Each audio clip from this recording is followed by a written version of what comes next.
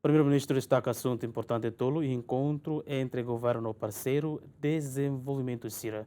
E esse assunto é uma adezaun Timor-Leste nian, ASEAN.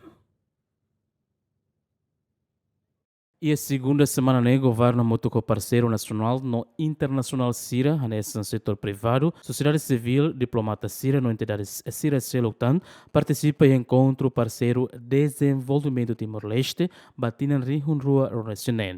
O tema traça ela horizonte IDNB resiliente, economia azul, integração em ASEAN no ação coordenada. Lehusi surmutu ne maka halo diálogo, coordenação no serviço mútuo para desenvolvimento Timor-Leste.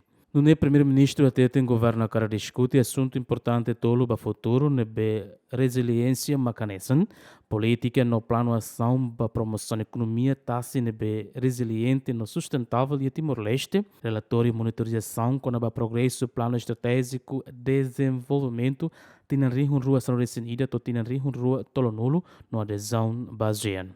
This year, we wish to share with you and above all discuss with you three central pillars of this resilient future. One, the policy and action plan for the promotion of a resilient and sustainable economy of the sea in Timor-Leste 2025-2035, Blue Economy Policy. Two, the monitoring report of the progress of the Strategic Development Plan 2011-2030. Three, ASEAN membership, regional integration at the service of the national development.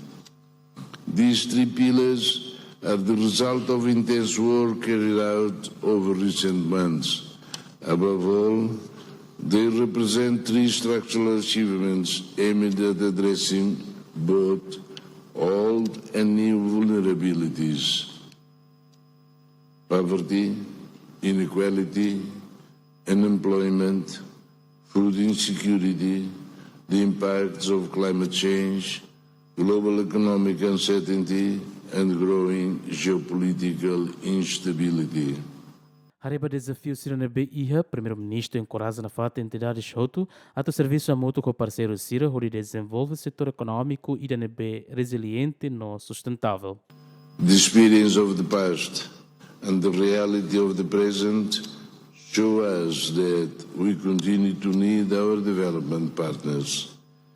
But these partnerships will only realize their full potential if they are based on clear alignment between national priorities, financing, implementation, strategies, and robust monitoring and evaluation mechanism. Tira zena sromutu ne hala durante loron rua, husi loron resin lima, to loron resin nen fulane. Aderet Jimenez, bem-vindas Jimenez, GMN.